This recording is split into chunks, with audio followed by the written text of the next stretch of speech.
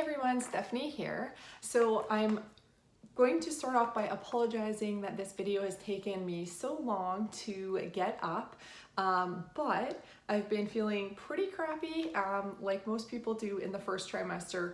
So getting ready and actually looking somewhat presentable does not happen very often because I'm either usually napping when Beckett's napping, or just feeling really crappy. So I wanted to just do a check-in and talk a little bit about my pregnancy so far from 5 to 10 weeks. So basically the majority of the first trimester. For anybody who hasn't followed me before or seen any of my videos, make sure you go back and check it out. We did do an embryo transfer, a frozen embryo transfer on August 2nd. I have 2 embryos and I am pregnant with one of them. And I am due on April 19th, due in April, so I thought I'd wear this shirt for you today, April 19th, 2020, but I will be having a C-section probably about 10 days early, so I'll keep you updated on that. So yeah, like I said, obviously I haven't been feeling great, but this is my 6th pregnancy, only our 2nd living baby. But my 6th pregnancy, and so in all of them I've been quite sick, generally 24-hour nausea. The crazy thing is, in all 6 pregnancies, as sick as I have felt, I've never once thrown up. There are many times when I kind of think if I did throw up I'd feel better, but I don't. I guess I just have a really good gag reflex, so I don't actually throw up when I always feel like it. The other thing is, generally I feel okay in the morning, and then as the day goes on I feel worse and worse and worse. Afternoon's usually pretty bad, and then by the evening I'm pretty much done. So that's kind of how I've been feeling, but I'll go back to the beginning. I have my little pineapple book that I have recorded things about the IVF process this time around, and then how I was feeling at the beginning of the pregnancy, because if you've been pregnant before, if you think back to it, there are a lot of details that you forget, especially the ones that are not so pleasant, are definitely easy to just kind of forget they ever happened. So let's see, 5 to 6 weeks pregnant was about when I started feeling symptoms, and I will do a video very soon as well on my symptoms during the 2-week wait after my IVF embryo transfer. I've had lots of people asking for that, so I promise I will get that up soon as well. But my first symptoms started around between 5 and 6 weeks, which is generally the same as my other pregnancies. So the things I noticed most were some dizziness and lightheadedness. Now I do have low blood pressure, or my blood pressure has always been on the lower side, so that could have something to do with it, but I did notice I was a lot more dizzy and lightheaded, especially not just when standing up, but even sometimes just when walking. Very, very tired. So the exhaustion pretty much set in right away, and it's maybe just starting to let up a tiny bit now, but it's still pretty bad. I'm not one to take naps, but I have been napping when Beckett naps. It seems to be the only way I can get through the days for the most part, with a toddler now. So pregnancy is definitely a little different this time around, because when I'm tired or feeling sick, I can't just lay down and ignore everything. I still have to be a mom to a 19-month-old, very, very busy boy. So it's definitely a little more challenging not being able to rest as much as I normally would, especially when Dave's working, but it's been good. So between 5 and 6 weeks, I had some nausea off and on. It was just kind of starting, but it wasn't horrible. And then about 5 weeks, 3 days, I wrote that the nausea really started. So that's kind of when it kicked in. I did have my beta drawn as well at 5 weeks, 3 days, and it was 6609 for anybody who knows anything about beta numbers. And then around 5 weeks, 4 days, my nausea got really bad, and I started getting lower and mid back pain, which surprised me that I was already getting back pain, but it kind of went away. It hasn't been horrible, so I think it was probably just something that was going on weird there. But so next, between 6 and 8 weeks pregnant, I noticed that I got like extreme bloating. Now I do have ulcerative colitis or Crohn's, a little bit of both. So that's sometimes normal for me, but the bloating was just insane, like so much pain in my stomach, and very, very painful. So that was not good. And then the exhaustion really ramped up between 6 and 8 weeks. It got pretty extreme. And then the nausea became basically all day long, all day, all afternoon, and all night between 6 and 8 weeks. I would say that was probably when all of my symptoms were the worst. Now I did have a scan with my high-risk doctor, who I will be seeing every month or whatever, and then more often as we go. And he did a scan around just over 8 weeks. And he couldn't get a very good measurement because the baby was curled up. So he was getting the baby like about a week smaller to 3 or 4 days smaller than what the baby should have been. So that was very stressful. He said we could come back in 2 weeks. So I just went back a couple days ago, and I will talk about how the baby is measuring when I get there in a minute. But that was quite stressful for those last couple weeks, just wondering, you know, like what could be wrong. This is a tested embryo, it should be fine. Why is the baby measuring small? But I tried to just stay positive and thinking that the baby was curled up, and he doesn't have like a real ultrasound machine. It's just well, I mean, it's a scan machine, but it's not like the good quality of a regular ultrasound machine. Plus, he just checks a quick measurement. He's not an actual ultrasound tech. So, and then 9 to 10 weeks, I've been having some better days, still nauseous every day, but I found that it hasn't been quite as extreme. Although I find I'll have like 1 or 2 days where I'm like, okay, I feel a little bit better. You know, I'm actually kind of functioning a little better today. And then the next day will just be horrible. So it's still really kind of hit and miss. I can't say it's getting better for good, because in all my other ones, it pretty much lasted, you know, well into the second trimester. So I'm expecting it'll still be a while. And the other really weird thing this pregnancy is that my boobs just started getting a little bit sore like a few days ago, and they're not horrible at all. In my pregnancy with Beckett, and probably if I recall with most of the other babies, my boobs got sore like I couldn't even touch them from basically the first day, or very early on anyways. And this time around, they're not really sore at all, which I found very odd. I was wondering if maybe it's something to do with breastfeeding. Maybe they're kind of desensitized from breastfeeding for 14 months. I don't really know. But it was something I noticed and I definitely thought was weird. So that was my main symptoms. Now I will tell you about my scan. So I had my scan on Tuesday, so just a couple days ago, and he did get a much better measurement, and the baby did measure perfectly, right on track. Measured 10 weeks one day, and I was 10 weeks 2 days. So he just did one measurement. So that was a huge relief to know that things are still good. And I do have a Doppler. That's something I didn't write down, but I have a Doppler that I've used in pretty much all my pregnancies except the first one. I got it in my second pregnancy with Liam. And I found this baby's heartbeat at 7 weeks, 4 days, which is really, really early. I found Beckett's at 7 weeks, 5 days. So I have a lot of experience trying to find the heartbeat on a Doppler because I've done it for so many pregnancies. But a lot of people do have a lot of trouble until about like 9, sometimes 10 weeks. But I was lucky to have found it early. So I do have that reassurance to listen to the baby. Usually every second night or so we listen just to feel better about it and make sure everything's still going well. So I have my ultrasound pictures. They're not great, but I just wanted to share them with you quickly.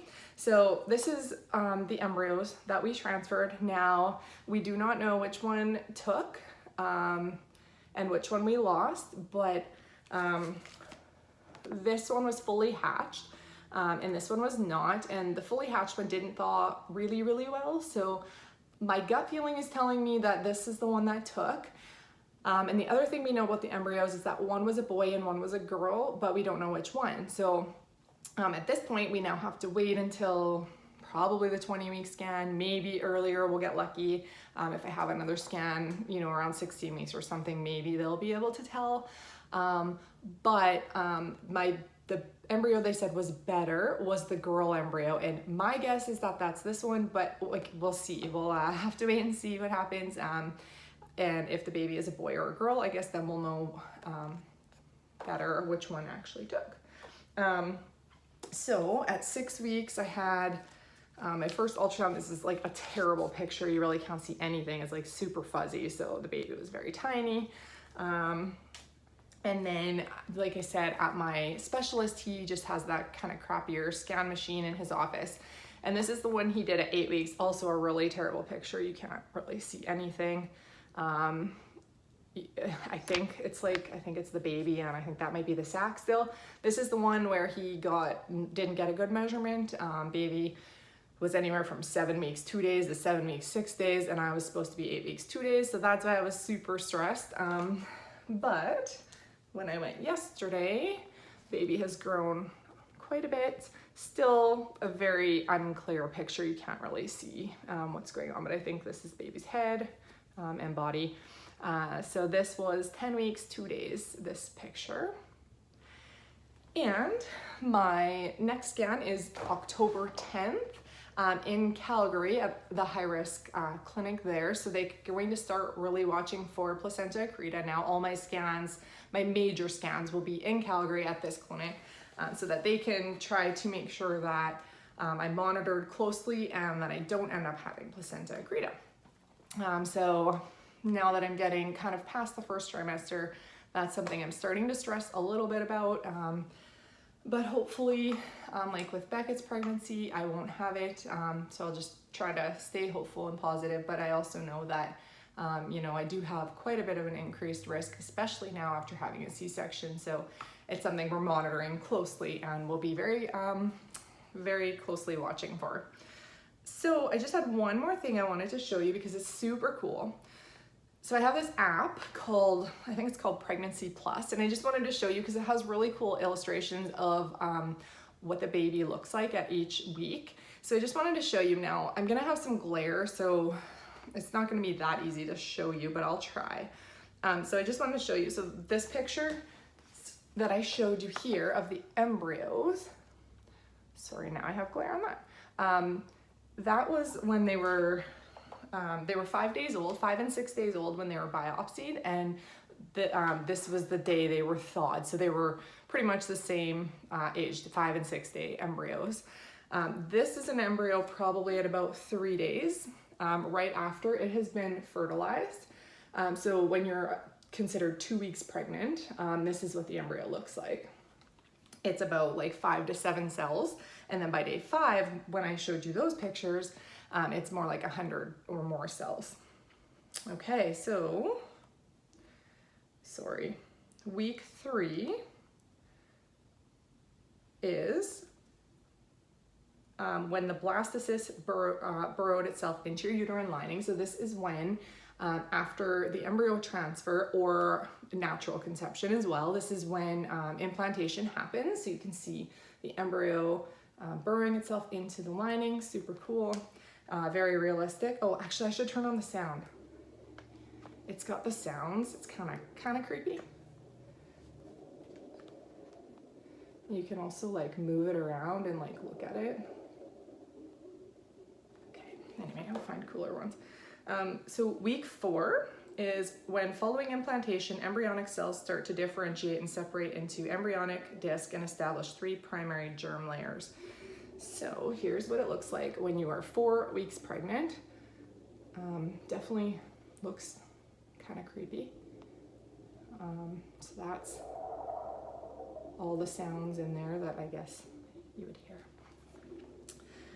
Week 5 of pregnancy, your little one now has a 2-chambered heart, which basically looks like a tube that's twisted back onto itself. So crazy how fast they change. That's why I wanted to show you this, because it's just like really amazing to me how fast the changes happen. So this is week 5. You can start to see the head, the tail, and the little buds for the limbs and all of that. Even the spine you can see, which is really neat. And week 6, probably one of my favorites, brain development. The brain is developing fast, making your baby's head much larger in proportion to the rest of the body. And the heart starts beating. So I don't know if you can see the heart beating there or not, but definitely The arms are starting to poke out a little more, so are the legs. Oops. The spine, you can see the rib bones. Yes, and the heart. I don't know if you can see it. Sorry if you can't. Like I said, the lighting is, it's a little bit of a glare here. Week 7, hands and feet, tiny paddle-like structures are beginning to form, which will eventually become hands and feet. And there you go. They're definitely getting longer. You can see the organs. The skin is very clear, so you can see through. And the eyes, you can see, are starting lower down on the head. Week 8. This week, your baby's reproductive organs either become testes if it's a boy or ovaries if it's a girl. So, starting to see the hands and the fingers are starting to be there as well. Week 9, the fingers and toes become properly separated and lose any webbing that they had. And the tail, I believe, is pretty much gone at this point. I guess there's still a little one there. But definitely looking more like a baby at 9 weeks. And 10 weeks, which is where we're at right now.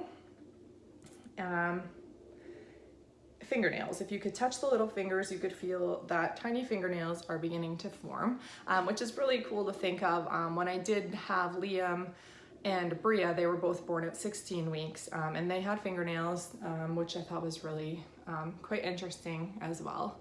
So somehow, sorry, there we go. So week 10 is where I'm at now. Like, crazy how much they changed from week 4 and 5 to week 10. Like, it's just insane to me how amazing our bodies are. So this is what baby looks like now. You can see arms and legs are really starting to grow. The eyes are starting to move up on the head, and that is what it looks like right now. And that's it. So I will show you this app again next time when I do my next update, but I just thought I'd show it to you. It's really neat. I like to kind of see what the baby supposedly looks like, at least through this app. So that is it. That is my first trimester update. I am 10 weeks, 3 days today. Still sick, still don't have a lot of energy, but feeling like it's not quite as bad as the last few weeks. So fingers crossed that it starts getting better soon. Beckett has been so adorable. He says baby all the time. He kisses my stomach. If I show him the ultrasound picture, he'll say baby, baby. And then when my specialist did the scan yesterday, he turned on the sound for the heartbeat, and Beckett was with Dave. He was holding him, and Beckett just stopped and looked and said, baby, baby? Because he knows the sound from listening with us on the Doppler at home. But as soon as he heard the heartbeat, he was saying, baby, baby, and pointing at my stomach. So it was pretty cute. I think he's gonna be a pretty good big brother once he gets over the fact that he may not get quite as much attention as he's getting now, but I'm sure he'll be super happy when the baby comes. So that is it for this video. Sorry, it's a little bit long, but I'm hoping to feel better soon. And I will update again probably after my next ultrasound. So probably in about 2 to 3 weeks, I'll have another update, pregnancy update for you, and hopefully some much better pictures of this little babe that's growing. And thanks so much for joining. Make sure to subscribe so that you get notifications to my next videos. And that is it. I hope you have a great day, and we'll talk soon. Bye guys.